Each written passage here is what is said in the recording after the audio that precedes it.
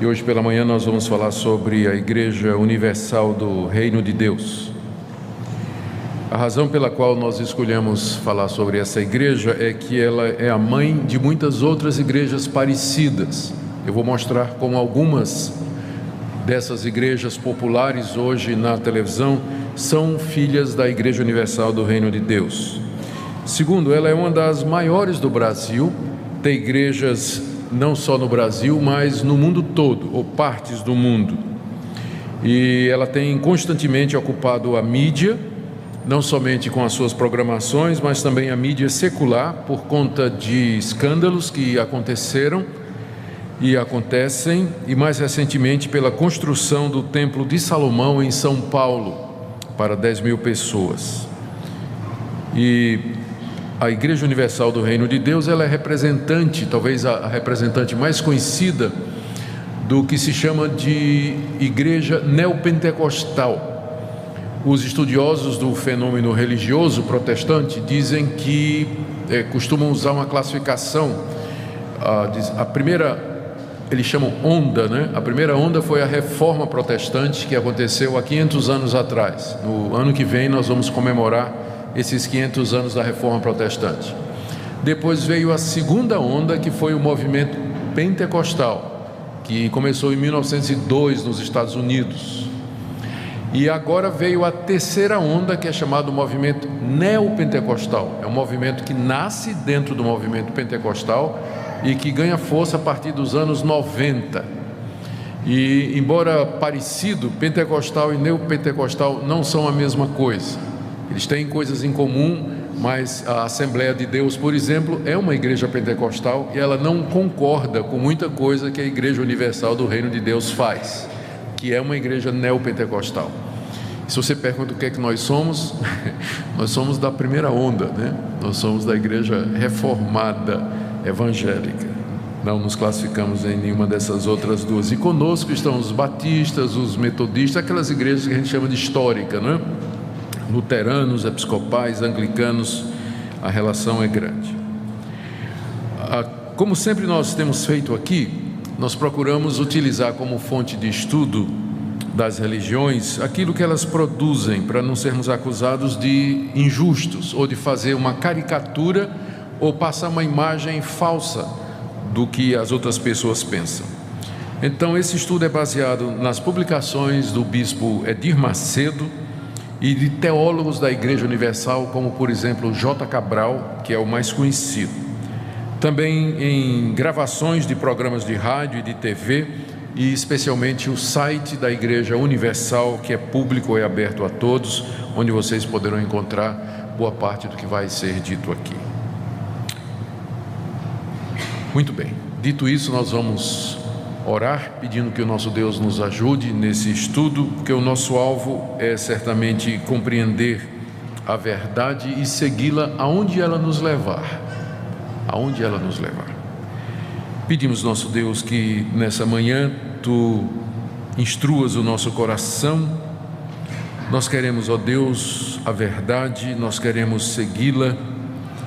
Como disse o Teu Filho, a verdade liberta. E eu peço que se alguém aqui nessa manhã, ou que nos acompanha pela internet, e que ainda não compreendeu a Tua Palavra nos seus pontos fundamentais e cruciais, que hoje seja um dia de libertação pela verdade. É o que nós te pedimos em nome de Jesus. Amém. Queridos, o fundador da Igreja Universal é o carioca Edir Macedo. Ele nasceu em 54. Portanto, tem a minha idade. O pai dele era comerciante e 61, pode parar de fazer a conta. Então, o pai dele era comerciante,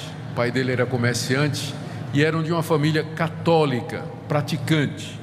Em algum momento na sua adolescência, Macedo se torna evangélico e vai frequentar uma igreja chamada Igreja Nova Vida, do bispo Macalister, que era uma igreja pentecostal no Rio de Janeiro. Aos 21 anos, ele sai da Igreja Nova Vida e é consagrado pastor na Casa da Bênção. Casa da Bênção, naquela altura, era uma das igrejas neopentecostais mais conhecidas no Brasil. e vinha crescendo muito. E ele é consagrado pastor ali aos 21 anos de idade. 2 anos depois, aos 23, ele sai da Casa da Bênção. Ele já era pastor, sai da Casa da Bênção, juntamente com 2 outros pastores. Um chamado Carlos Rodrigues, que ninguém mais sabe nada sobre ele, e outro chamado R.R. Soares. Então, eles saem da Casa da Bênção e fundam a Igreja Universal em 1977. 3 anos depois, ele briga com R.R. Soares. E R.R. Soares sai da Igreja Universal e funda a Igreja Internacional da Graça, que é conhecida também hoje, e a origem é neopentecostal, né? Ele, junto com Edir Macedo, saíram da Casa da Bênção, fundaram a Universal, depois se separaram. Em 1998, portanto, 20 anos depois disso aqui, o Edir Macedo se desentendeu com um obreiro que vinha crescendo muito dentro da Igreja Universal e expulsou o obreiro.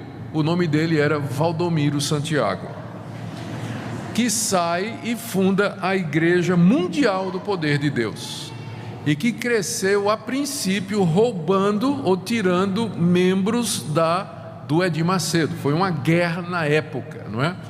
O Valdomiro Santiago se declara bispo nessa igreja que ele começou, constitui um colegiado de bispos que logo em seguida declaram que ele é apóstolo.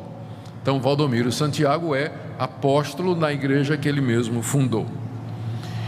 E em 2006, Valdomiro Santiago teve uma briga com um bispo que saiu e fundou a Igreja Apostólica Plenitude do Trono de Deus. Estou falando de Agenor Duque. Então, essas grandes igrejas neopentecostais que estão na mídia hoje e que atraem atenção pela maneira às vezes estranha, bizarra, não é? Com que conduzem os cultos, todas elas têm uma raiz só, é Edir Macedo e a fundação da Igreja Universal do Reino de Deus. Estas igrejas são Universal do Reino de Deus, Edir Macedo; Internacional da Graça, R.R. Soares; Mundial do Poder de Deus, Valdomiro Santiago; e Igreja Apostólica Plenitude do Trono de Deus, de Agenor Duque. Essas são as igrejas que nós chamamos de neopentecostais, as mais conhecidas. Tem ramos, tem subdivisões, tem ramificações, mas o que eu vou falar sobre a Igreja Universal se aplica a todas essas igrejas. Então, o que se diz de uma, se diz de outra. A Igreja Universal cresceu muito depois da sua fundação, levantou muita polêmica, inclusive na mídia secular, por conta das suas práticas, e investiu pesado na televisão. A Universal é proprietária da Rede Record, da Rede Mulher de Televisão, tem mais de 60 emissoras de rádio no Brasil, além de dezenas de empresas e empreendimentos dos mais variados tipos. Segundo alguns, é uma das empresas mais bem-sucedidas do Brasil. Em 2010, o IBGE disse que a Igreja Universal tinha perto de 2 milhões de membros. Isso em 2010, que foi o último censo religioso que a gente tem disponível. Só que com relação ao penúltimo censo, que foi em 2000, a Universal perdeu membros. Em 2000, ela tinha cerca de 3 milhões de membros. E agora, depois de 10 anos, ela vem caindo, embora por conta de todas essas divisões e ramificações e também exposição pública, ainda assim, ela é uma das grandes igrejas neopentecostais no Brasil, ficando atrás, entre as igrejas pentecostais, da Assembleia de Deus e da Igreja Quadrangular, mas ela tem, por conta da mídia, um impacto muito grande no Brasil.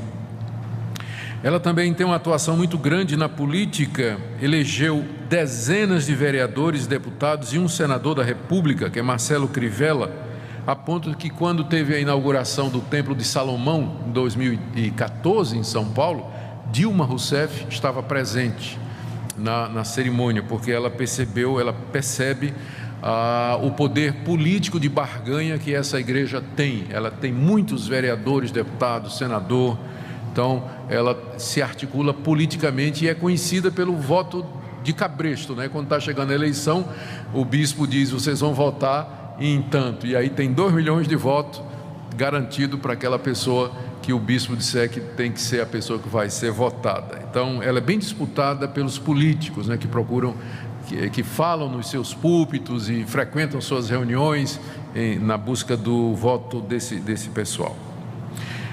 Muito bem, vamos ver algumas doutrinas e práticas da igreja. À medida que eu vou falando, eu vou fazendo alguma análise crítica também.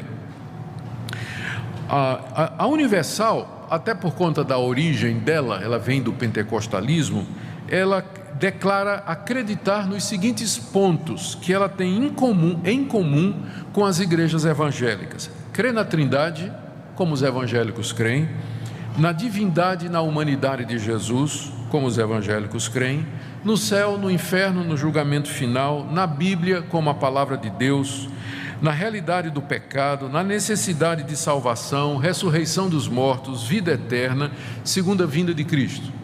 Então, se você for olhar isso aqui, você vai dizer: a Igreja Universal é uma igreja evangélica, porque ela acredita nessas coisas, como os evangélicos também acreditam. Mas ela, além disso, ela acredita naquilo que as igrejas pentecostais acreditam. Por exemplo, a crença no batismo com o Espírito Santo como sendo uma segunda bênção, alguma coisa que acontece depois da conversão; a prática das línguas estranhas durante os cultos e, particularmente, a cura divina. Então, essas 3 coisas a Igreja Universal compartilha com as igrejas pentecostais. Mas ela tem também aquelas práticas que são as mais importantes e que colocam essa igreja dentro do grupo das igrejas neopentecostais, que é a teologia da prosperidade, os ministérios de libertação de pessoas oprimidas por demônios e a utilização de objetos ungidos no culto. Então isso é feito pela Deus é Amor, Casa da Bênção, Brasil para Cristo, que são as primeiras igrejas neopentecostais no Brasil. Como Edir Macedo veio de lá, ele preserva todas estas coisas, com a diferença de que ele levou tudo isso para a mídia. A Casa da Bênção, por exemplo, Deus é Amor e Brasil para Cristo, eles não gostam de mídia, de televisão, de rádio, rádio sim, mas televisão não. Mas Edir Macedo levou tudo isso ao público quando ele investiu pesado em televisão.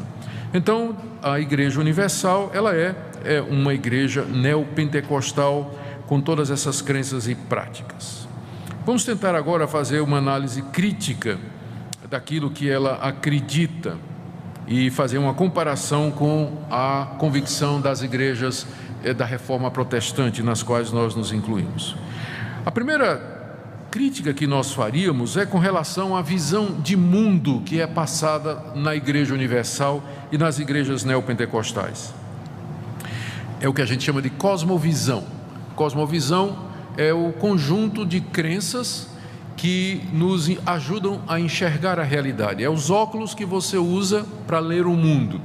Então, todo mundo tem uma cosmovisão. Aquilo que você acredita, as suas experiências, os seus pressupostos, as suas crenças, tudo isso vai influenciar a maneira como você lê a realidade.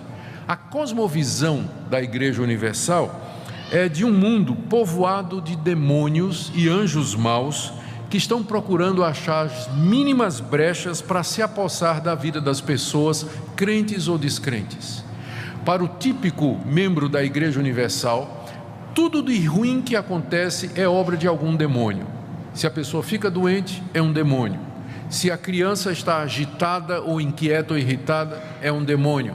Se um filho virou homossexual, foi demônio. Se alguém contraiu AIDS, é um demônio. Se perdeu o emprego, é demônio. Se tem um sonho mau, um pesadelo, é um demônio querendo oprimir. Então, essa visão de mundo é uma visão povoada de demônios, espíritos maus que estão detrás de cada esquina, de cada árvore, esperando só a oportunidade para destruir sua vida e fazer com que a sua vida seja completamente desgraçada e não tenha mais sentido. Então, o Edir Macedo, nos seus livros, ele claramente atribui aos demônios a destruição dos lares e do casamento, a prostituição, o homossexualismo, o desemprego, enfermidades como epilepsia, AIDS e até feridas incuráveis. Então, essa é a visão típica dessas igrejas, ou seja, que o mundo está de fato controlado e povoado desses espíritos maus. Bom, o que é que nós diríamos a isso? Sem dúvida, a Bíblia ensina com clareza que existem os anjos caídos, que são os demônios, que Satanás ronda os crentes como um leão faminto, e que os demônios, sempre que possível, querem nos assaltar, tentar, afligir e nos levar ao pecado. O problema é que nessa visão não há espaço para duas coisas que a Bíblia também diz. Primeira, que os males que nos acontecem, eles com frequência são resultado das nossas próprias escolhas. Se o seu casamento vai ruim, não precisa um demônio para fazer isso. É você que não amou a sua esposa como devia, é você, esposa, que não foi respeitosa e fiel ao seu marido como você devia. Você não precisa do diabo para destruir um casamento. Você não precisa do diabo para beber e atropelar alguém na rua e ter que pagar por isso o resto da sua vida. Você não precisa de Satanás para explicar a queda de um avião que morreu todo mundo, ou uma epidemia de Zika. Não precisa do diabo para isso. A Bíblia é muito clara quando responsabiliza o homem e não o diabo pelas consequências das suas ações. O problema dessa visão das igrejas neopentecostais é que ela acaba tirando a responsabilidade do homem quando as coisas vão mal. Perdeu o emprego, foi o diabo. Mas se você perder seu emprego numa igreja e for membro de uma igreja reformada, provavelmente o pastor vai perguntar: mas você era um bom empregado? Você de fato estava sendo honesto no seu trabalho? Você dava o melhor de si? Seu patrão lhe demitiu por quê? E aí a pessoa vai ser levada a refletir sobre sua conduta, seus hábitos de trabalho, de relacionamento. Às vezes o crente perde o emprego porque é um mau empregado mesmo. Não precisa do diabo para isso. Segunda coisa, a Bíblia diz que às vezes o próprio Deus manda males sobre a vida das pessoas. A Bíblia atribui a Deus mandar praga, doença, castigo, terremoto, até o erro. Quando a pessoa de tanto ouvir a verdade virou as costas e não quer, Deus manda o erro contra ela, para que ela creia na mentira. Então dizer que tudo é do diabo, tudo de ruim que acontecer do diabo, você perde a chance de se arrepender. A pessoa que acredita nisso, como é que ela vai? Se santificar, arrepender-se dos seus erros, porque tudo é o diabo. E segundo, ela não vai ver às vezes a mão de Deus. A Bíblia diz: Deus resiste ao soberbo. Tudo está dando errado na sua vida, você diz: é o diabo. Olhe de novo, às vezes pode ser Deus, a mão de Deus contra você. O que é que Deus quer fazer? Quebrar você, humilhar você, fazer com que você se arrependa, com que você mude de vida. Então essa visão da Igreja Universal, e que é das igrejas neopentecostais, ela é reducionista, ela impede o crente de conhecer toda a verdade e de se desenvolver espiritualmente aqui nesse mundo. Produz uma mentalidade estreita, atrofiada no que diz respeito ao crescimento espiritual. A gente vive num mundo decaído que geme e suporta dores debaixo do cativeiro por causa do pecado do ser humano, e temos que nos lembrar que há um Deus que também age nesse mundo com providências e trazendo males sobre nós. Então nós não podemos atribuir tudo a Satanás. É claro que o diabo faz muita coisa ruim nesse mundo, mas é errado dizer que ele é o responsável por tudo que acontece, porque isso tiraria a nossa responsabilidade e a ação de Deus na história. A segunda crítica que nós faríamos à Universal e também às igrejas que derivam dela e que segue a mesma linha, é o tipo de interpretação que elas fazem da Bíblia. E aqui está a raiz de todos os problemas. As práticas e crenças da Igreja Universal são apoiadas pelos líderes com um sistema de interpretação da Bíblia bastante deficiente. Eu tentei colocar numa frase, ou tentei resumir que tipo de interpretação é essa, e a palavra que eu achei foi a palavra transposição. Parece que para Edir Macedo e os teólogos da Igreja Universal e das igrejas neopentecostais, a Bíblia é um livro que registra experiências que as pessoas tiveram com Deus e que podem ser repetidas exatamente da mesma forma nos dias de hoje com o mesmo poder. Por exemplo, Josué não cercou as muralhas de Jericó e ao som das trombetas elas caíram? Assim também você pode comprar por um preço módico uma trombeta de plástico na Universal e tocar para derrubar as muralhas da sua vida. Transpõe a história bíblica para a realidade. Moisés não usou uma vara para abrir o Mar Vermelho? Então, você pode adquirir uma vara ungida com a qual você vai... Tem uma história, né, de um cidadão que fez isso é uma das histórias antigas, né? Ele comprou uma vara de Moisés, adquiriu, e foi dito a ele que onde ele batesse com aquela vara, Deus ia dar a bênção. Ele saiu e bateu num carro novo que estava estacionado, disparou o alarme e era do delegado. Deu problema, né? Deu problema. Mas há pessoas que fazem isso, né? Moisés não fez, por que nós não podemos fazer? O cajado de Jacó, os aventais de Paulo, que eram usados para expelir demônios. Salomão não construiu um templo para o louvor e para a glória de Deus? Por que nós não podemos construir um templo como eles construíram agora em São Paulo? Então, essa é a visão que eles têm da Bíblia. A Bíblia é um livro que tem histórias de pessoas que tiveram experiências com Deus. Então, Deus é o mesmo. Nós vamos repetir essas experiências. Da mesma forma que Deus abençoou aquelas pessoas, Deus também vai abençoar você.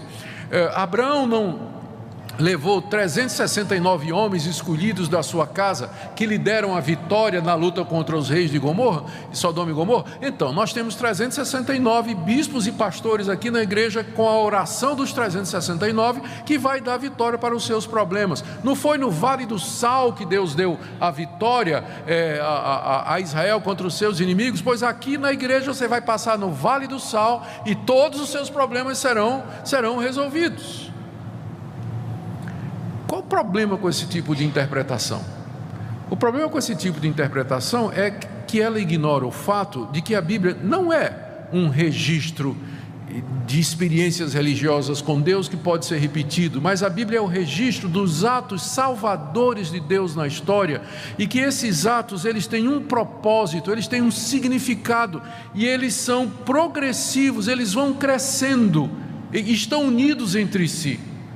Quando Deus derruba as muralhas de Jericó, quando Deus dá a Moisés o poder de abrir o mar com o cajado, quando ele faz cair pão do céu durante 40 anos para sustentar o seu povo, ele estava demonstrando o seu poder num determinado período da história, fazendo registrar esses eventos para que nós, sem a necessidade de repetir esses milagres, creiamos que ele é o Deus soberano, Senhor de todas as coisas.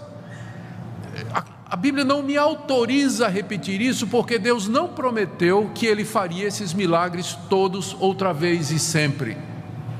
E o problema também é que esse tipo de interpretação parece atribuir aos objetos, às coisas que foram usadas nesses milagres, um poder mágico, como nós vamos ver mais adiante. Eles esquecem qual é o papel da Bíblia. O papel da Bíblia é revelar a ação salvadora de Deus que culmina na pessoa de Jesus Cristo. É por isso que a gente sempre recomenda ao crente: não faça da Bíblia uma caixinha de promessas. Sabe o que é a caixinha de promessas? Era uma caixinha de plástico onde tinha versículos. Eu me lembro quando era menino, minha mãe tinha uma, né? Versículos da Bíblia assim. O que é que você fazia de manhã? Você abria a caixinha de promessa, tirava um versículo, lia, aquele era o versículo do dia. muito parecido com o horóscopo, né? É o horóscopo do crente, era a caixinha de promessa. Então aquele versículo, tudo bem, é a palavra de Deus, Deus pode usar aquilo ali, mas qual é o problema disso? Você está tirando um texto do seu contexto. Aquela palavra ali, ela foi dita dentro de uma história que está sendo contada, e só faz sentido à luz daquela história, né? Só faz sentido à luz daquela história.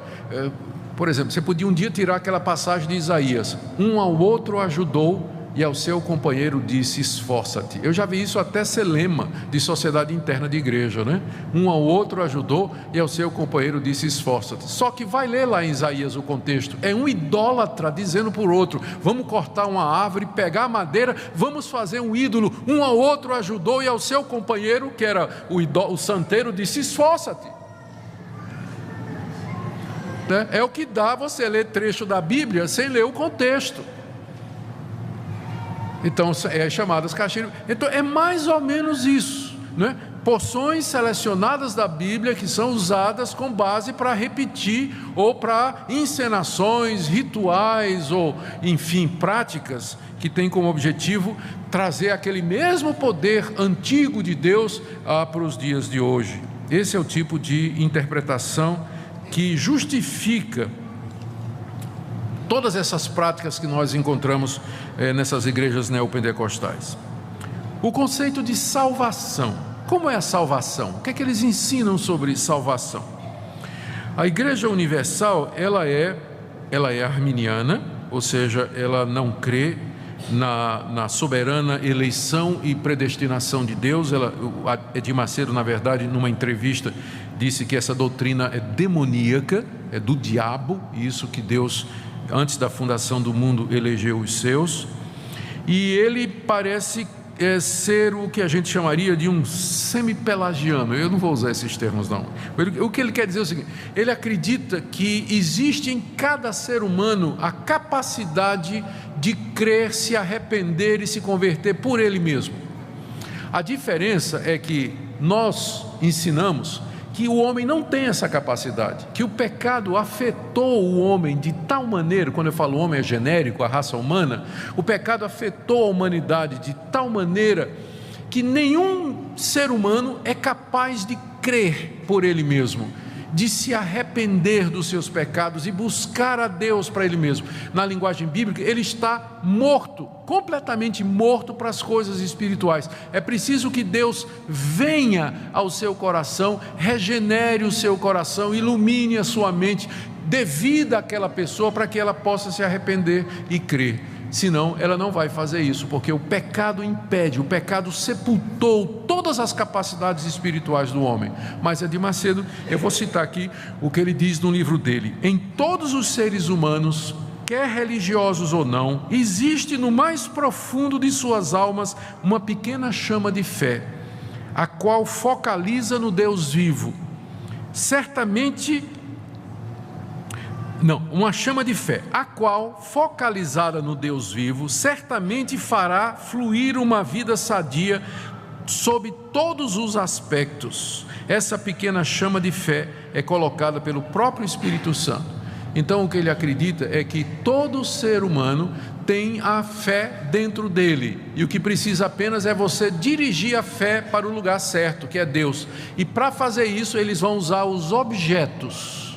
Aí eles vão usar os aventais de Paulo, o cajado de Moisés, o cajado de Jacó, vão usar água benta, arruda, sal grosso. Eles vão dizer que esses objetos, eles têm como objetivo despertar a fé das pessoas e levá-las a acreditar em Deus.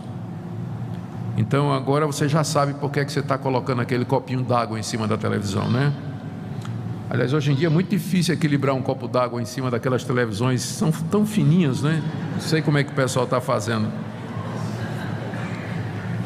Bom, quando você examina mais de perto, o que eles querem dizer por salvação, você percebe que eles usam o termo salvação, eles não negam que nós precisamos de ser salvos da culpa do pecado, do poder do pecado e da presença do pecado. Eles não negam isso, mas eles usam o termo salvação no sentido de libertação, de você ser salvo das drogas, dos problemas, da doença e da opressão usada pelos demônios. Macedo ensina em um dos seus livros 10 passos que têm que ser dados, que levarão as pessoas sinceras ao caminho da salvação. Primeiro, aceitar o Senhor Jesus como o único Salvador. Segundo, participar das reuniões de libertação da Igreja Universal.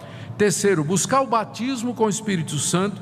Quarto, andar em santidade. Quinto, ler a Bíblia diariamente. Sexto, evitar as más companhias. 7, ser batizado. 8, frequentar reuniões de membros da igreja. 9, ser fiel nos dízimos e nas ofertas. E 10, orar e sem cessar e vigiar. São 10 passos para quem quer ser salvo.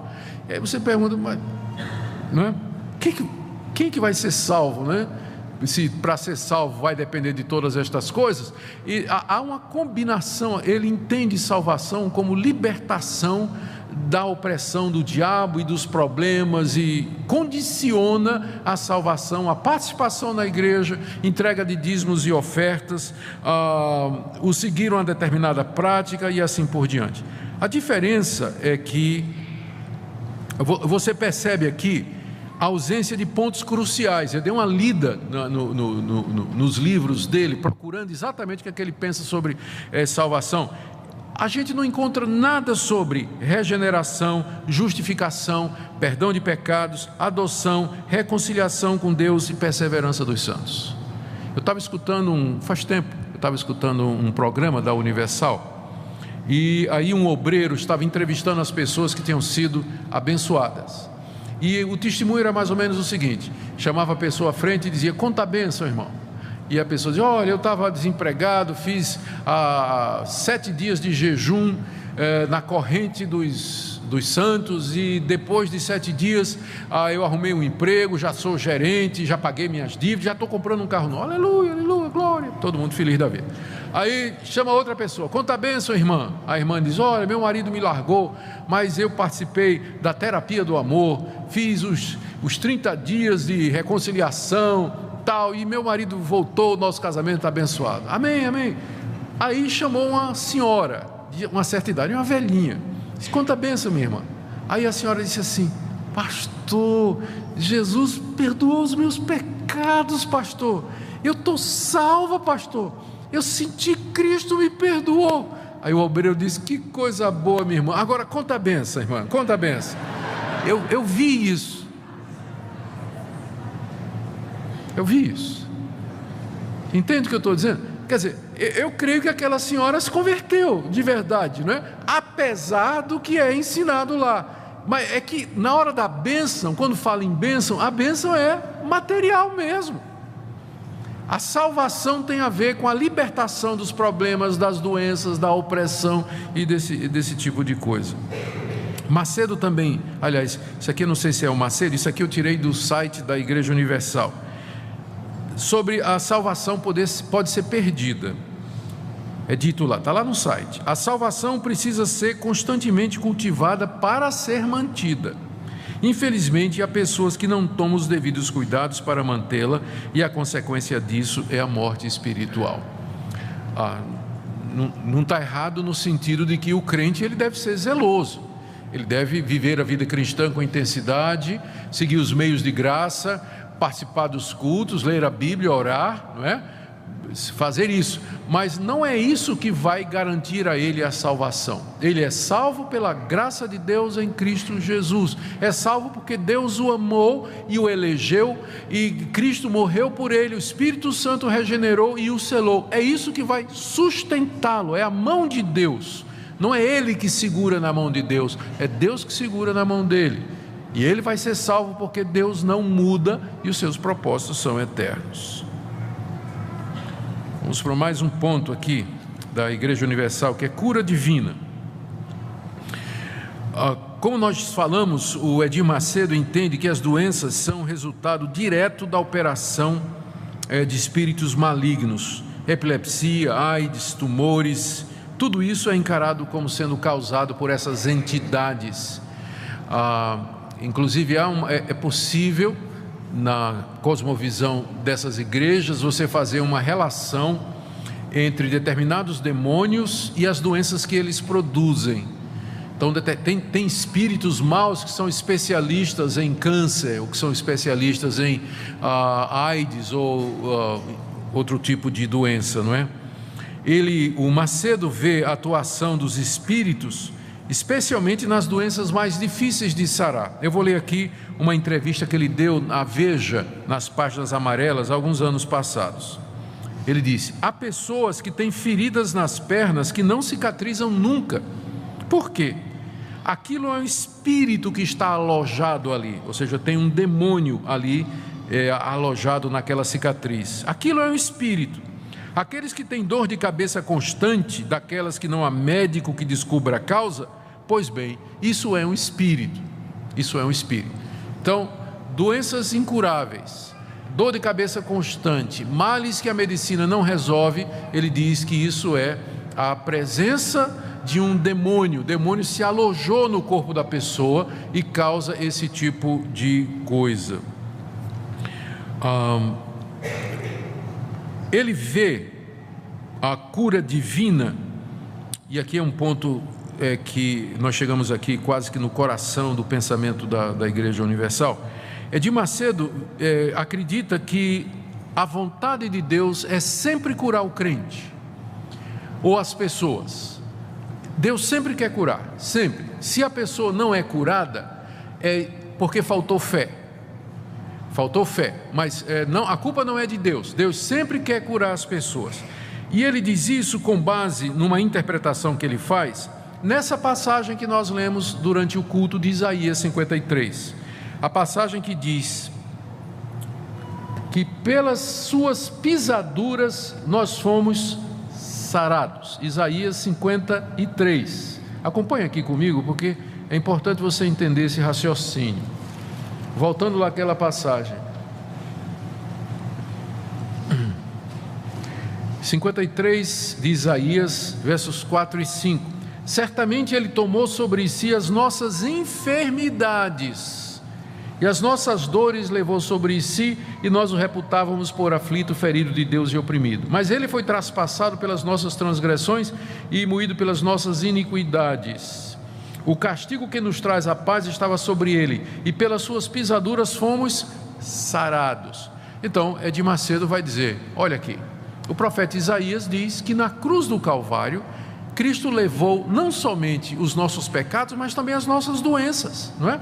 Diz aqui, Ele tomou sobre si as nossas enfermidades, e no final do verso 5 diz, pelas suas pisaduras nós fomos sarados. E aí você junta isso, Mateus capítulo 8, por gentileza, abra aí. Chegada a tarde, Mateus 8, a partir do verso 16. Chegada a tarde, trouxeram a Jesus muitos endemoniados, e ele meramente com a palavra expeliu os espíritos e curou todos os que estavam doentes, para que se cumprisse o que fora dito por intermédio do profeta Isaías: ele mesmo tomou as nossas enfermidades e carregou com as nossas doenças. O próprio Mateus interpreta Isaías desse jeito. Ele diz que o ministério de curar de Jesus era cumprimento daquilo que Isaías tinha dito, que ele levou sobre si as nossas doenças e as nossas enfermidades. A partir daí, então, Edir Macedo diz que da mesma forma que Deus deseja nos perdoar os pecados, Ele também deseja curar as nossas doenças, porque Cristo morreu pelos dois. Cristo levou nossas doenças e os nossos pecados na cruz. Portanto, a cura é um direito do cristão. Daqui você agora pode entender, porque ele diz, você tem que reivindicar a Deus a cura. Você tem que determinar a cura, porque é um direito seu que Cristo conquistou na cruz. Será que essa interpretação está correta? Vamos pegar primeiro a questão do pecado. É verdade. Em primeiro lugar, nós temos que dizer que ele está correto, até porque Mateus confirma, né? Ele está correto em dizer que na cruz Jesus levou não somente os nossos pecados, mas levou também as nossas doenças. Isso aí é verdade. Então, o que Cristo fez na cruz foi amplo, foi não somente para nos redimir a alma, mas também o corpo. Então, Cristo fez isso na cruz. Nesse ponto ele está absolutamente correto. Mas a grande questão é como é que Deus aplica o que Cristo fez na cruz a nós pecadores. Tomemos o caso do pecado.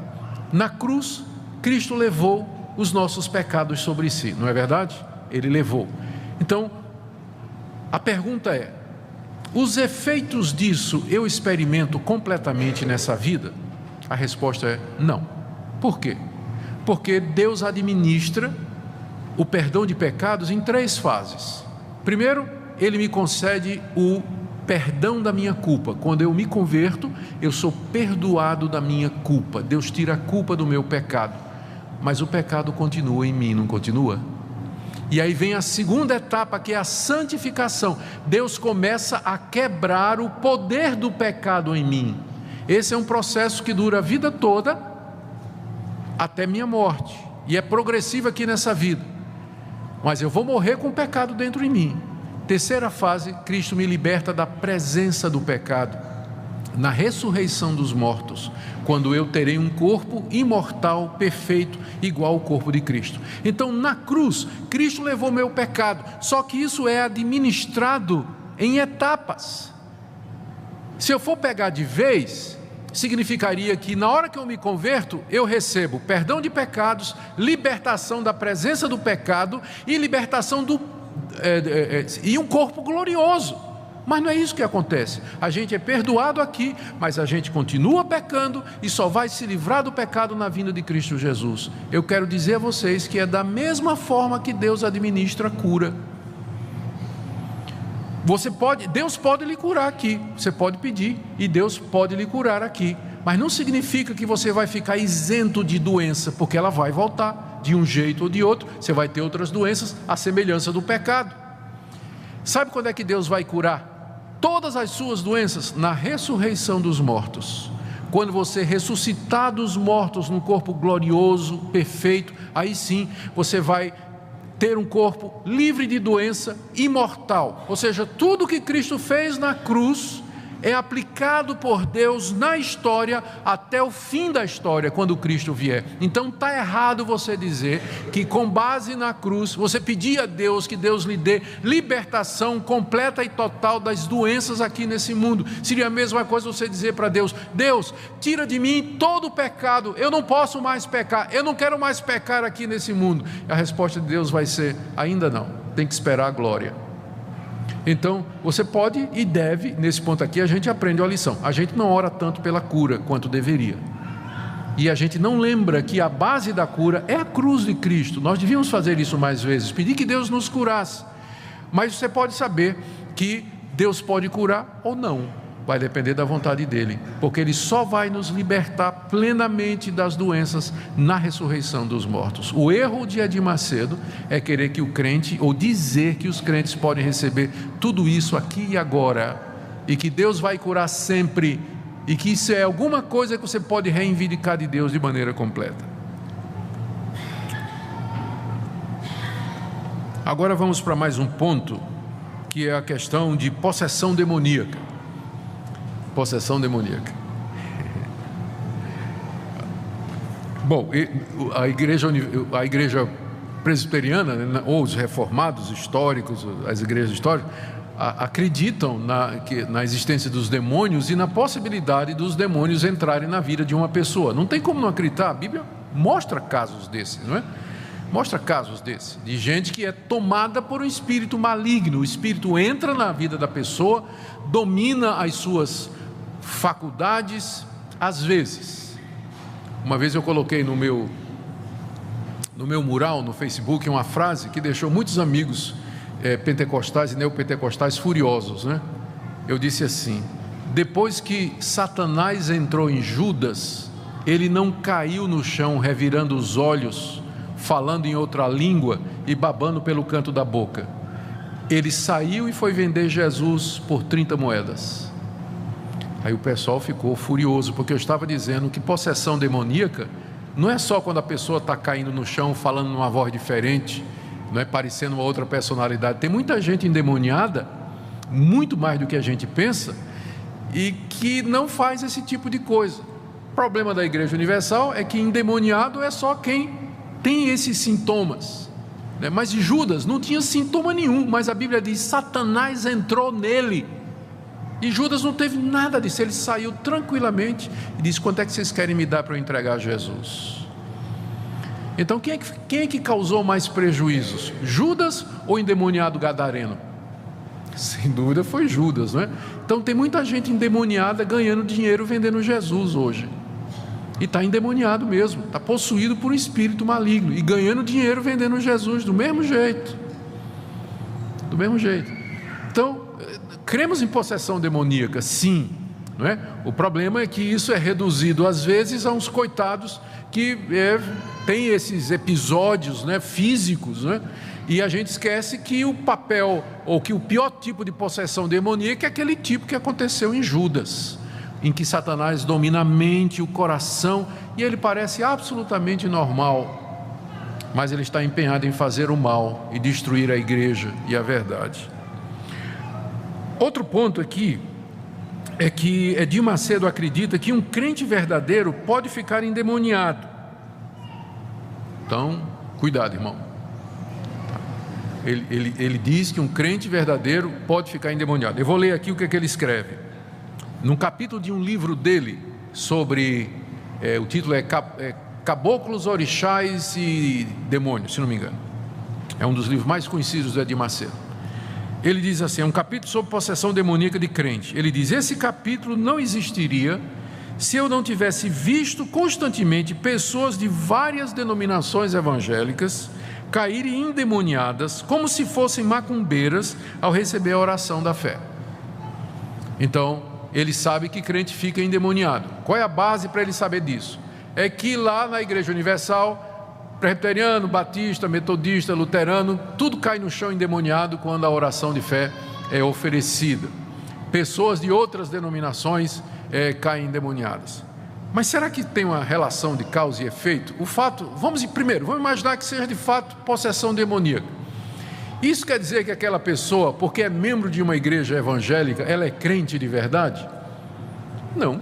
Tem muita gente que frequenta as igrejas evangélicas, são membros, nasceram na igreja, foram batizados e tudo, mas não são crentes em Jesus, não, são de fachada, estão ali na igreja, mas de fato nunca se converteram. Uma pessoa dessa pode ser tomada por um espírito maligno? Claro, um pastor também pode. Tem pastor que não é crente, é lobo disfarçado de ovelha, ele pode ficar endemoniado também. Aliás, Judas é o tipo, né? Judas é o tipo disso, de gente que ganha dinheiro vendendo Jesus. Então pode ter um obreiro, um líder da igreja que pode ficar endemoniado. Mas a pergunta é: existe base bíblica para dizer que um verdadeiro crente, alguém que foi regenerado pelo Espírito Santo, em quem o Espírito habita, que foi selado pelo Espírito, eleito de Deus, por quem Cristo morreu, existe alguma base para dizer que um espírito imundo pode entrar na vida de uma pessoa dessa? A resposta é: nenhuma base. Primeiro, não tem nenhum exemplo. Jesus, me diga um exemplo no Novo Testamento de alguém expelindo o demônio de um discípulo de Jesus. Nos Evangelhos, no livro de Atos, não tem um único caso de um discípulo de Jesus ter sido submetido a um exorcismo para resolver os seus problemas. Segunda coisa, me ache nas cartas que os apóstolos escreveram para as igrejas, onde havia pessoas com muitos problemas, pessoas doentes, pessoas opressas por problema financeiro, pessoas enfrentando dificuldade. Me encontre uma única passagem em que, por exemplo, Paulo diz assim: se algum irmão está doente, chamem os presbíteros da igreja, orem com ele, impondo as mãos e expulsem os demônios que estão fazendo isso na vida desse irmão. Me encontre uma única passagem no Novo Testamento que recomende o exorcismo como solução para o problema de um crente. Não tem uma única passagem no Novo Testamento. Como é que os crentes resolvem os seus problemas? Eles se dirigem a Deus. Se o problema foi causado por uma atitude errada, ele vai pedir perdão a Deus, vai consertar os seus caminhos, vai procurar conselho com outros irmãos e vai fazer o que é certo. É assim que ele vai enfrentar os seus problemas. Se ele está doente, ele pode chamar os irmãos, orar com ele, toma remédio, crê em Deus e vai em frente. Mas expulsão de demônios nunca é apresentado no Novo Testamento às igrejas, aos cristãos, como solução para os problemas. Se aparecer uma pessoa endemoniada, nós vamos resolver. Em nome de Jesus. certo? Se de fato tiver uma pessoa endemoniada que visita a nossa igreja, que não é crente, visita a igreja e tudo mais, nós vamos resolver em nome de Jesus, né? Com a autoridade que Ele nos deu de expelir os demônios. Mas eu não vejo isso acontecendo entre crentes, né? Não há nada no Novo Testamento. Aliás, ao contrário, a Bíblia nos diz que é maior aquele que habita em nós do que aquele que habita no mundo. E está dizendo também que aqueles que são de Cristo, o diabo não lhe toca. Não lhe toca. Ah, pastor, mas e Pedro? Quando Jesus disse: arreda Satanás. Onde é que está dizendo? Lembra daquele episódio? Quando Pedro tentou dizer a Jesus que ele não devia ir na cruz, e Jesus voltou para Pedro e disse: arreda Satanás, porque não entendes das coisas de Deus, mas somente dos homens. Olha, Pedro estava possuído. Onde está dizendo que Pedro estava possuído? Pedro foi tentado pelo diabo, e Pedro disse uma bobagem, e Cristo viu por detrás das palavras de Pedro o diabo, e foi direto na fonte. Não tem nada ali dizendo que Pedro estava endemoniado ou opresso por um espírito maligno. Ah, mas e Saul no Antigo Testamento, que vinha um espírito que se apoderava dele? E quem disse que Saul era crente? Saul era um rei ímpio, que não era temente a Deus. Não há caso nenhum de crente verdadeiro opresso, possuído ou tomado por um espírito maligno, por Satanás. Então, essa é mais uma... O problema com esse tipo de crença é que diminui a obra de Deus, o poder de Cristo e do Espírito Santo na vida do cristão. Agora, quando eu digo isso, eu não estou dizendo que você deve viver uma vida despreocupada, porque mesmo que os demônios não possam possuir você, mas eles podem tentar você, eles podem infernizar a sua vida, eles podem querer enganar você, trazer confusão na sua vida. Isso eles podem fazer.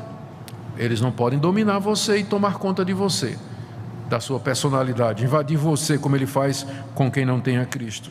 Mas com certeza isso não quer dizer que a gente não deva ficar alerta. A Bíblia está cheia de advertências do tipo assim: vigiai e orai. Ou então, cuidado que Satanás é como um leão que ruge ao redor procurando alguém para devorar. Mais um ponto da Igreja Universal e das igrejas neopentecostais em geral, que é a questão de maldição hereditária. Macedo afirma que existem espíritos familiares que acompanham as gerações de uma família, causando sempre os mesmos males e infortúnios. Eu vou ler aqui o que é que ele escreveu. Existe um espírito que só atua na destruição do lar. A especialidade desse espírito é destruir lares, tá? Ele se dedica só a isso. É chamado espírito familiar. Você pode verificar isso a partir das etapas que o casal enfrenta na vida. Isso é o Macedo dizendo. Esse espírito familiar normalmente vem dos pais. Então parece que ele acredita que esse espírito é transmitido por geração ordinária, não é? Então, no DNA já vai o espírito familiar. Se eles são divorciados, o mesmo espírito que destruiu o lar dos pais vai tentar o lar dos filhos, dos netos, dos bisnetos. Isso é uma herança maldita. O espírito familiar passa de pai para o filho por todas as gerações, até que a pessoa tenha um encontro com Jesus, e aí corta-se a maldição. Eu concordo com ele que o encontro com Jesus corta qualquer maldição. A dificuldade é você acreditar que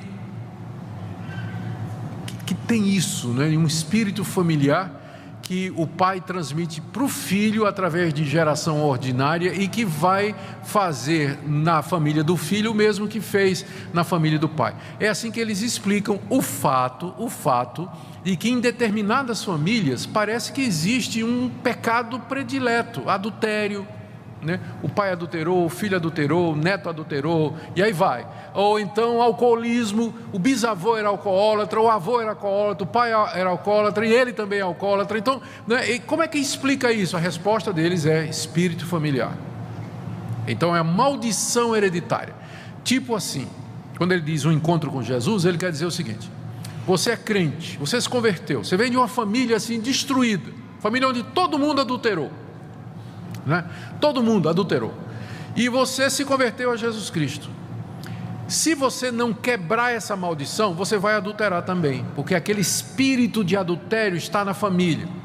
A quebra de maldição geralmente inclui uma cerimônia do tipo em que a pessoa renuncia às obras dos pais, pede perdão pelos pecados dos pais e renuncia ao adultério e a toda obra maligna ali na sua vida. Tem que ser feita por um obreiro dessas igrejas, é quase que um ritual, e aí se chama quebra de maldição. A grande dificuldade com isso, nós já mostramos, primeiro, a ideia de que espíritos se transmitem de pessoa para pessoa, de pai para filho e assim por diante. E a segunda é a ideia de que você pode estar amaldiçoado, mesmo sendo crente, por conta dos pecados que aconteceram com os seus antepassados. Ah, pastor, mas não está escrito lá em Êxodo capítulo 20, quando fala do segundo mandamento: não farás para ti imagem de escultura, não as adorarás nem lhes darás culto, porque eu sou Deus zeloso, que visito a maldade dos pais nos filhos, até terceira e quarta geração daqueles que me aborrecem? Sim, mas é verdade, mas quem faz isso é Deus, né? Não o Espírito, mas é Deus que faz isso. Se você ler Ezequiel 18, quando o profeta Ezequiel comenta Êxodo 20, o profeta diz: vocês nunca mais em Israel vão citar Êxodo 20. Porque o que é que os judeus na época do profeta Ezequiel estavam dizendo? Eles estavam para ser levados no cativeiro. Eles disseram: nossos pais é que pecaram, nós é que estamos sofrendo as consequências. Isso é injusto, não é? Eles estavam se referindo a Êxodo 20, onde Deus diz que castiga o pecado dos pais nos filhos. Estão dizendo: isso não é justo. Meu pai que comeu a uva verde e meu dente é que ficou embotado. Então não está correto isso. Aí o profeta Ezequiel chega da parte de Deus e diz: mas não é isso não é essa a interpretação correta. A alma que pecar, essa viverá. O filho não vai ser castigado pela iniquidade do pai, só se andar no caminho do pai. É isso que o mandamento quis dizer. Deus castiga a maldade dos pais nos filhos se os filhos andarem nos mesmos caminhos do seu pai. Aí castiga tudo, pai, filho, neto. Enquanto andar nos caminhos maus, o castigo vem. Agora, na hora que você se converte ao Senhor Jesus, que você se arrepende dos seus pecados, então isso é quebrado. Não precisa uma cerimônia de quebra de maldição. A conversão é a resposta de Deus para todas as maldições, culpas, erros que você cometeu. Como está escrito: se alguém está em Cristo, é uma nova criatura. As coisas velhas já passaram, tudo se fez novo. Você não precisa de nenhum ritual numa igreja de quebra de maldição, porque se você é de Cristo, Ele já levou na cruz toda a sua culpa. Mais uma. Ceia do Senhor. Aqui é estranho. O Macedo ensina uma coisa estranha com relação à ceia do Senhor. Deixa eu ler para vocês o que ele diz. A carne de Cristo atraiu todas as nossas doenças e enfermidades. Consequentemente, nós não mais precisamos ficar doentes. Satanás não tem mais direito de exercer domínio sobre nosso corpo físico, porque este tem a natureza do Senhor Jesus, pela fé na participação do pão da Santa Ceia. Ou seja, quando você come do pão da ceia, da Santa Ceia, você adquire a natureza de Cristo. E essa natureza de Cristo, ela não é vulnerável à doença. Então você participa da ceia para ser curado ou para ficar blindado para a doença. Eu vou ler outra passagem. Quando o Senhor Jesus determinou que o pão abençoado e partido para os seus discípulos era o seu corpo, Ele estava mostrando o real sentido da sua vida física aqui, isto é, seu vigor e sua saúde, partidos em favor de todos que o aceitam tal qual Salvador, a fim de que venham a ser participantes da sua própria natureza, gozando de sua saúde física. O que ele está dizendo é que na ceia do Senhor você se apropria não somente da comunhão espiritual com Cristo, mas da saúde física do Cristo humano. Você pega aquela saúde que ele tinha aqui, e quando você come do pão e bebe do cálice. Aí ele diz, continuando: podemos considerar que da mesma forma pela qual o corpo do Senhor Jesus, simbolizado pelo pão, nos dá total saúde física, também o seu sangue, simbolizado pelo vinho, nos dá saúde espiritual. Aqui ele faz uma diferença. O pão traz a saúde física de Cristo para você. O vinho, o cálice, traz a saúde espiritual de Cristo para você. Assim, de acordo com isso, né, a ceia na Igreja Universal se torna primariamente um meio de se alcançar saúde, cura e benefícios materiais. Por isso não é de admirar que a Igreja Universal, ela não faz restrição para a ceia. Se você vai estar num culto de ceia da Igreja Universal, eles convidam todos, espírita, católico, ateu, quem tiver pode vir e participar, porque o pão e o vinho, eles transmitem cura, a saúde de Cristo, e todos são convidados a vir e participar. A resposta é que, mais uma vez, não tem nada na Bíblia a respeito de que na ceia do Senhor Deus transmite cura ou a natureza humana de Cristo. O que nós celebramos na ceia é que Ele morreu na cruz para nos dar vida, para nos resgatar dos nossos pecados e das nossas doenças. Isso é verdade. Mas o que nós fazemos na ceia é simbólico, como ele disse, fazer isso em memória de mim. O pensamento de Edir Macedo aqui é muito parecido com o da transubstanciação da Igreja Católica, não é? Que dá à ceia um significado além do espiritual, não é? Como se houvesse ali naqueles objetos um poder místico. Tanto é que nós vamos ver mais adiante, uma das práticas da igreja é pegar o pão da ceia e levar para quem está doente, e com a afirmação de que se a pessoa consumir aquele pão, aquilo vai servir de cura para a pessoa. Sobre o batismo, na Igreja Universal o batismo é feito por imersão, utilizando-se a fórmula cristã trinitariana tradicional, em nome do Pai, do Filho e do Espírito Santo.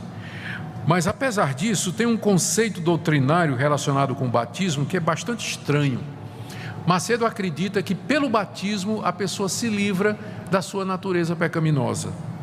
A perfeição cristã é introduzida pelas águas batismais. No batismo a velha natureza é crucificada. Ele ensina, aqui eu estou lendo o que ele escreveu, automaticamente, sem forçar a sua vontade, os batizados deixam de praticar atos pecaminosos.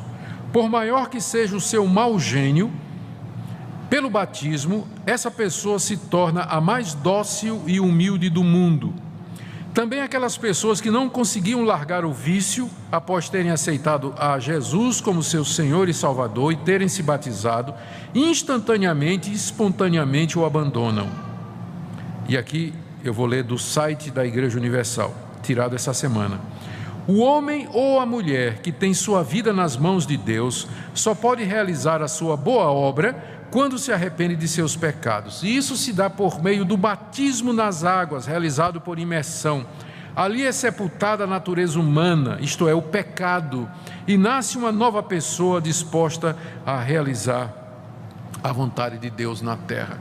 Ou seja, o conceito de batismo lá é bastante diferente do conceito das igrejas históricas bíblicas. E o batismo é o símbolo da aliança que Deus tem conosco, dessa nova vida, mas é um símbolo.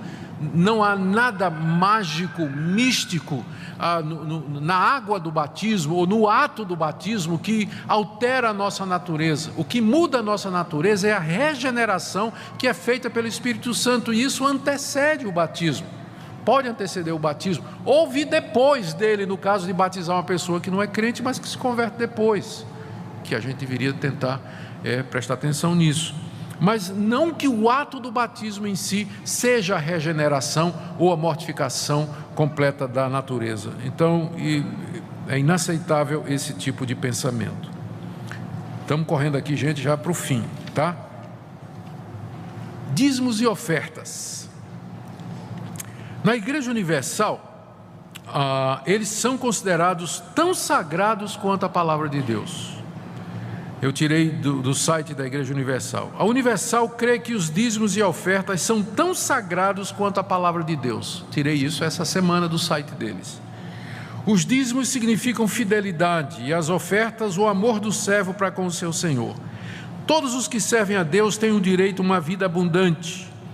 É o que o Senhor Jesus afirma no livro de João. Eu vim para que tenham vida e tenham em abundância.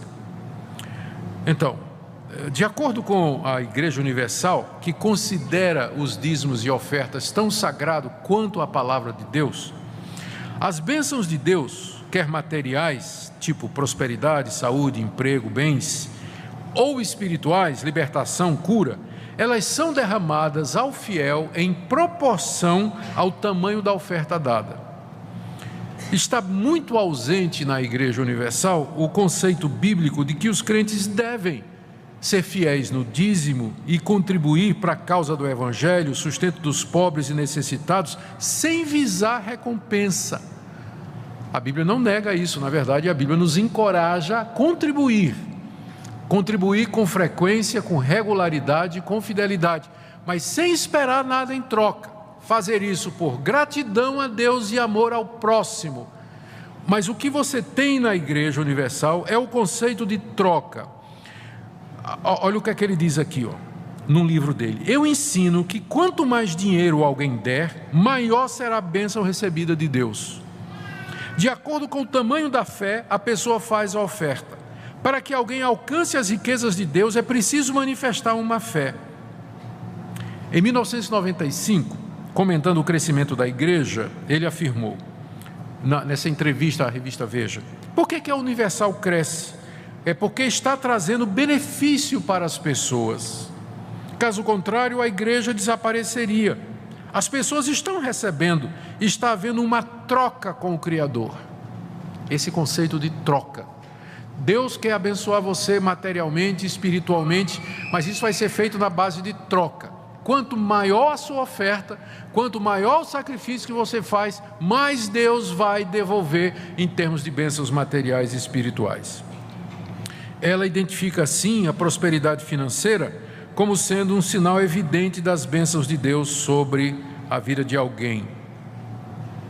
Aqui você não percebe aqueles conceitos evangélicos de reconciliação com Deus, perdão de pecados, adoção, entre outros. Macedo enfatiza que as ofertas e dízimos são a chave que abre os tesouros da graça e do poder. Ele escreveu o seguinte: quando nós pagamos o dízimo a Deus, Ele fica na obrigação de cumprir a sua palavra, repreendendo os espíritos devoradores que desgraçam a vida do ser humano, atuando nas doenças, acidentes, vícios, degradação social e em todos os setores da atividade humana, os quais fazem o homem sofrer. Quando somos fiéis nos dízimos, além de nos vermos livres desses sofrimentos, passamos a gozar de toda a plenitude da terra, tendo Deus ao nosso lado, nos abençoando em todas as coisas. Então, aqui é claro o pensamento da Igreja Universal, que é o que caracteriza a chamada teologia da prosperidade. E esse tipo de compreensão de dízimos e ofertas e de troca com Deus está presente em todas aquelas igrejas que saíram da Universal. Elas, na verdade, giram em torno disso. Encorajar os fiéis a contribuir, dar e dar. Quando o dízimo é pouco, fala-se no trízimo, fala no dízimo dos dízimos. Eles têm muitas maneiras de arrecadar, de fazer com que as pessoas entreguem o que tem e o que não tem para a igreja, sempre prometendo as bênçãos de Deus em troca, bênção material e bênção espiritual. E porque as pessoas não conseguem fazer uma diferença, elas pensam que toda igreja evangélica é assim, não é? Pensa que toda igreja evangélica é assim, e isso não é verdade.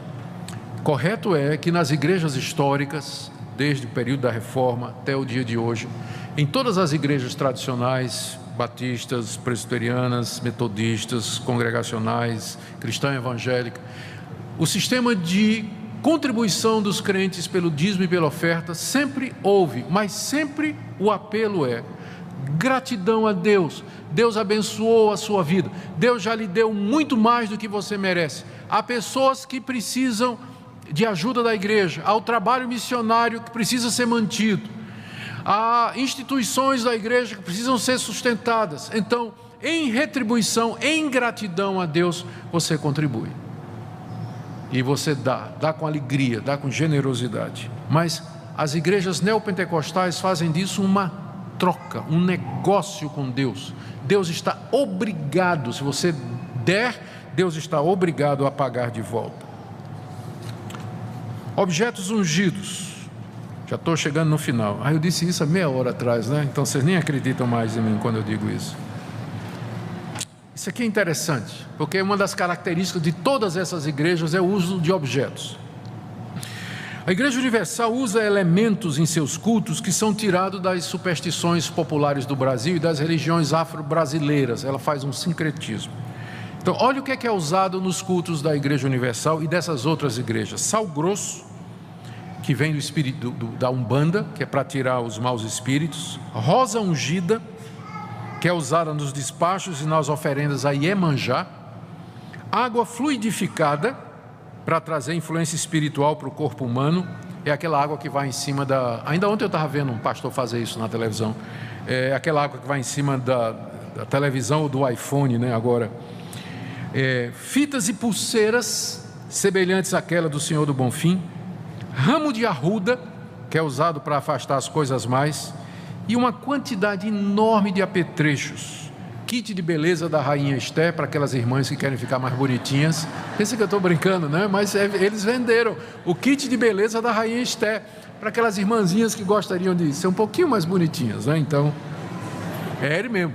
Fora, teve um tempo aí que eles estavam emagrecendo gente. Tinha o que é que tomava? Eles estavam vendendo alguma coisa, você tomava, você ficava magro, perdia 30 quilos da noite por dia, eu não sei como era. Tinha uma fila enorme lá.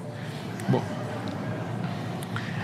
eles dizem que esses objetos, eles não... O Edir Macedo, a bem da verdade, a gente tem que ser justo, né? Ele diz, esses objetos, eles não são mágicos em si, né? Eles não têm poder em si, eles são pontos de contato para a fé. Lembra aquela fé que ele diz que está no coração de todo mundo, que pode ser dirigida para Deus? Então esses objetos têm como propósito dirigir a fé para Deus. Só o que é que acontece?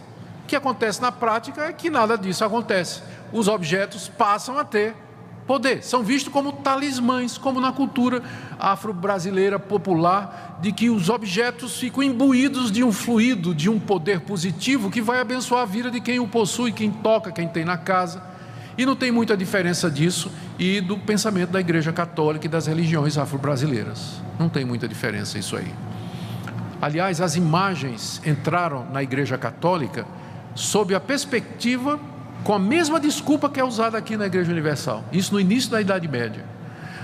Teve um bispo lá, um bispo de Roma, que autorizou, nós vimos isso quando estudamos o catolicismo, né, há 2 domingos atrás. Esse bispo autorizou a presença de imagens de escultura nas igrejas para servir de ponto de contato de fé. As massas ignorantes não podiam entender o Evangelho, mas vendo as imagens, então aquilo ajudava a despertar a fé.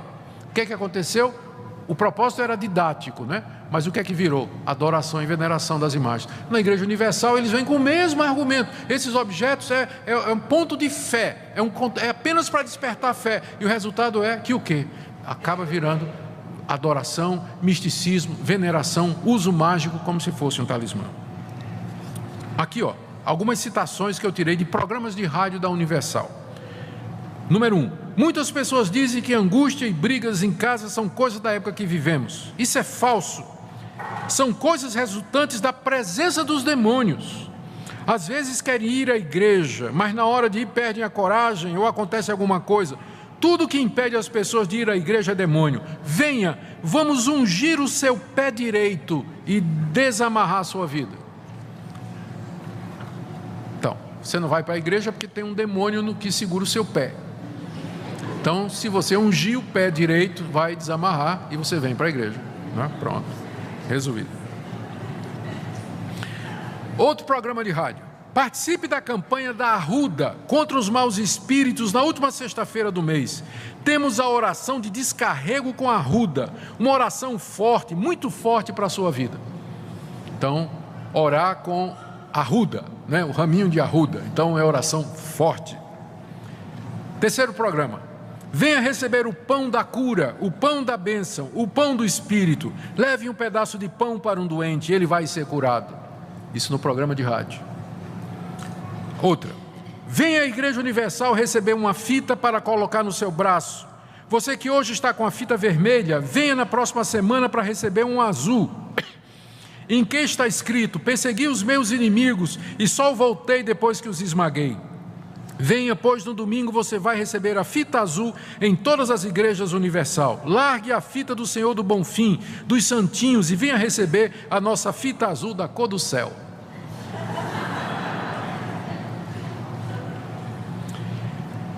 Também eles têm uma sessão de terapia do amor, onde ele usa simpatias.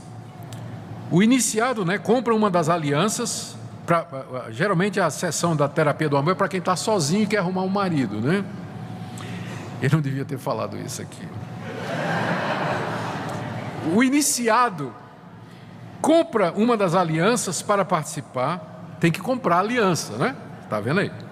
Depois vai até a igreja, passa por uma coluna de casais vestidos como noivos, depois unge a aliança. A pessoa coloca a aliança debaixo do travesseiro por 7 dias. E depois de 7 dias a pessoa alcança a bênção, ou seja, arruma um companheiro. Isso é na sessão de terapia do amor. O que mais que eles usam aqui,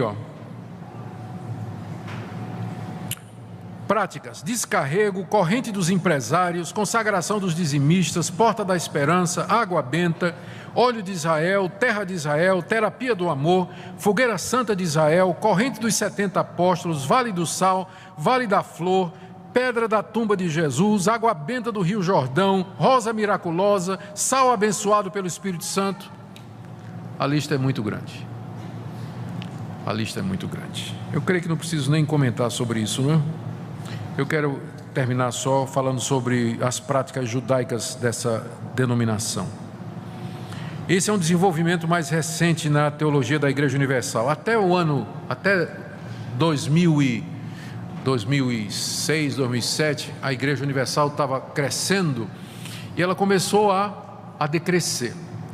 Então, os estudiosos, sociólogos da religião, o pessoal que estuda o fenômeno neopentecostal no Brasil, eles acham que esse foi um período que marcou uma mudança na Igreja Universal. Parece que Edir Macedo sentiu a necessidade de encontrar outros métodos de arrecadação, porque estava perdendo fiéis, e também se desvincular da imagem da antiga Igreja Universal, que é aquela pomba e tem o nome Jesus Cristo é Senhor. Vocês já devem ter visto, porque tem muitos templos da Universal por aí. Então, ele teve a ideia de dar uma nova cara à Igreja Universal.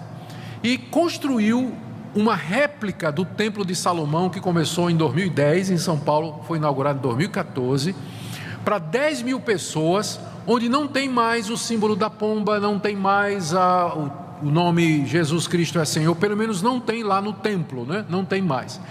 E ele agora começa uma nova fase, onde tem a mesma teologia antiga, só que agora as pessoas são encorajadas a vir ao local onde no Antigo Testamento era a centralização das ofertas e dízimos. Todo israelita, ele vinha 3 vezes ao ano no templo de Salomão em Jerusalém, onde ele trazia os dízimos anuais, trazia as ofertas, trazia ofertas de amor, trazia toda a arrecadação que era para ser trazida ao templo, para sustento dos levitas. Então o templo era o tesouro, era onde se concentrava toda a riqueza de Israel. Então agora, com a réplica do Templo de Salomão, o apelo é feito exatamente nesse sentido. Aqui é a casa de Deus, aqui é o santuário do Senhor, aqui você pode chegar na presença de Deus, e aqui também que você vai trazer as suas contribuições, seus dízimos e suas ofertas. Então existe esse apelo. A gente não deve... A gente deveria ter imaginado que um dia isso aconteceria, porque lembra quando eu expliquei sobre a interpretação deles na Bíblia? Se você cercou a muralha de Jericó, se Josué cercou, eu também posso repetir isso. Se Moisés usou um cajado para abrir o mar vermelho, eu também posso fazer isso. Se Salomão construiu um templo que era o local da habitação de Deus, eu também posso fazer isso. Então está na lógica deles imitar o Antigo Testamento. Qual é o problema disso? Lá no templo, que cabe 10.000 pessoas, ele tem levitas, então o pessoal que se veste de levita, não é? Ele tem os sacerdotes, que são os bispos, e eu só não encontrei como é que ele se considera, mas deve ser, seguindo a lógica, o sumo sacerdote, deve ser o próprio Edir Macedo, ele deve se ver assim, porque ele está no topo disso aí. Ele coloca agora um quipá e uma coberturazinha, eu esqueci o nome, que no judaísmo identifica o rabino e consagração a Deus. No templo, eu fiz aqui a relação das coisas que tem dentro do templo de Salomão. Tem uma cópia dos 2 tábuas de pedra da lei, um menorá, que é aquele candelabro de 7 braços, ele se veste de rabino, enfim. Ele diz, olha, não se trata de um projeto denominacional, muito menos pessoal, mas algo tão glorioso que despertará a fé adormecida. Lembra desse conceito? Que despertará a fé adormecida dos frios e mornos e os arremeterá a um avivamento nacional e em seguida mundial. Essa casa será chamada casa de sacrifício, diz ele. Todo o povo terá a oportunidade de render ao eterno Deus a própria vida como sacrifício santo e agradável a Deus. Nesse novo templo, todos sem exceção poderão ter acesso livre para buscar a Deus, diferentemente do templo passado, e assim por diante. O que é que nós podemos dizer com relação a isso? Meus irmãos, qual o papel do templo no Antigo Testamento e como é que ele é visto no Novo? O templo era um símbolo, primeiro, do corpo de Cristo. Jesus disse, destruí esse templo e em 3 dias eu o reconstruirei. O templo simbolizava a pessoa de Cristo, simbolizava a igreja da qual Cristo é o cabeça.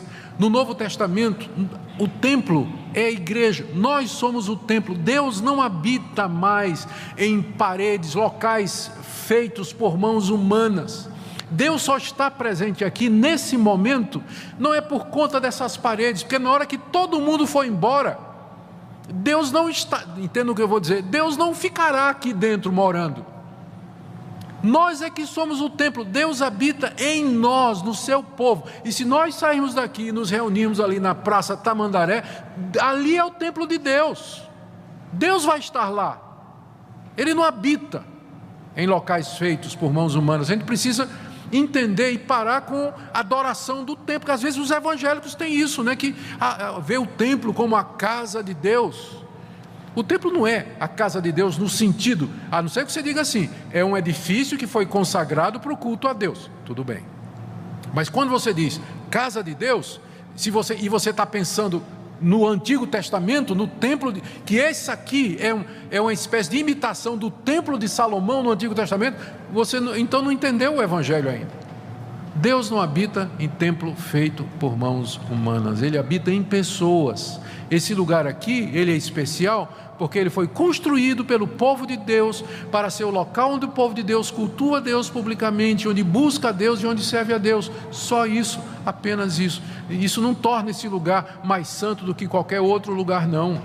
A sua casa é tão santa quanto esse lugar. O seu escritório onde você vai amanhã é para ser tão santo quanto esse lugar, porque o que santifica é você cheio do Espírito Santo, onde quer que você esteja. Agora, construir uma réplica do templo de Salomão é construir o que Cristo já destruiu. Faz parte da antiga aliança, é simbólico, é tipo. Tudo que tinha no templo, altar, sacerdote, levita, sacrifício, era tipos e figuras de Cristo, já consumados na pessoa de Cristo Jesus. Por isso que nós adoramos a Deus em espírito e em verdade, não com símbolos. Você percebe o nosso culto, o culto das igrejas reformadas é despojado, ele não tem imagem, não tem candelabro, não tem representação, em alguns casos não tem nem cruz, como é o caso aqui na Reforma Protestante. Esse foi um ponto de honra, é tirar do local de culto todo símbolo, porque ele acaba corrompendo e levando à idolatria. Então o culto a Deus é em espírito, não é com objetos, para não dizer que não tem simbolismo na igreja histórica reformada, nós temos dois, mas ambos foram deixados por Jesus: batismo e ceia, só. A água do batismo, o pão e o vinho da ceia são os únicos elementos simbólicos autorizados por Jesus Cristo. Fora isso é idolatria. Você pode dizer, eu posso colocar um símbolo da cruz? Eu não vejo problema em colocar o símbolo da cruz, desde que você não faça isso para ela, tá? Cruz, tá? E raspe um pouquinho para levar para casa. Se for um símbolo apenas, pode ter, pode não ter, não vai fazer diferença. Se quiser um símbolo que era usado pelos cristãos no início do cristianismo, use aquele peixinho. Esse era o símbolo que os cristãos usavam no início, era o peixinho, porque a palavra peixe em grego, as iniciais significam Jesus Cristo, Filho de Deus Salvador. Então eles usavam o peixinho para se identificar. Mas nós não usamos exatamente por isso, porque queremos que o nosso culto a Deus seja em espírito e em verdade. Queridos, em conclusão, a nossa Igreja Presbiteriana do Brasil, em 2007, ela publicou um documento. Eu tive a oportunidade de ser um dos elaboradores do documento, em que foi feita uma análise da Igreja Universal do Reino de Deus, e nós fomos a primeira igreja evangélica no Brasil a dizer que a Igreja Universal, ela não pode ser considerada como uma igreja evangélica, ela é uma seita. Ela é uma seita, ela não pode ser considerada como uma igreja evangélica. Tanto é que se alguém se transfere da Igreja Universal para a Igreja Presbiteriana, ele tem que ser rebatizado. Nós não rebatizamos quem vem da Igreja Pentecostal, da Assembleia de Deus, nós, porque reconhecemos como igreja evangélica. Nós não rebatizamos quem vem dos irmãos batistas, apesar de que se a gente for para lá eles vão querer mergulhar a gente. Nós não temos problema com os irmãos episcopais, metodistas, não é? Mas se veio dessas igrejas neopentecostais, essas que foram mencionadas aqui, eles são rebatizados, porque nós não reconhecemos. Mas eles creem Trindade na Bíblia, sim, mas o que é que acontece? Essas outras crenças que eles colocaram ao lado deturpam a igreja de tal forma que o evangelho fica irreconhecível. Mas isso quer dizer que não tem crente lá? Tem, como tem crente na igreja católica, não é? Tem crente na igreja católica, a pessoa se converte, ela crê em Jesus Cristo ali, mas vai ter uma hora que ela vai se sentir incomodada com tudo isso. Ela vai começar a ler a Bíblia, vai começar a ver, e ela dizer, mas espera aí, né? Isso aqui não bate com a Escritura. Não é à toa que estão vindo as centenas e milhares dessas igrejas neopentecostais para as igrejas históricas nos dias de hoje. Está tendo um êxodo, né? Está vindo muita gente dessas igrejas, exatamente porque elas não estão mais aguentando esse tipo de coisa. Tratamos com amor, nós respeitamos, mas a nossa posição é essa. A Igreja Presbiteriana, se você quiser saber, ela tem essa posição do seu Supremo Concílio, né? Já determinando isso aí. Muito bem, é isso. Nós vamos orar, terminando. Nosso Deus, nós queremos pedir que o Senhor nos livre do erro, nos ajuda, Senhor, a ficar firmes na Tua Palavra. Nós também podemos errar, nós não somos imunes ao erro. E há erros, Senhor, na igreja presbiteriana, batista, nas igrejas históricas, por causa do nosso pecado e da nossa desobediência. Pedimos que nos faças ver, a enxergar com clareza a Tua vontade e o Teu querer. Oramos pelos Teus que estão nessas igrejas, que o Senhor os tire de lá, que o Senhor os ilumine, mostre a verdade. E que o Senhor livre os que são Teus de caírem em erros, ó Senhor, que prejudicam a vida cristã e atrapalham nossa caminhada aqui nesse mundo e trazem um péssimo testemunho ao mundo do que seja uma igreja evangélica. Pedimos que o Senhor nos guie em tudo, em nome de Jesus. Amém.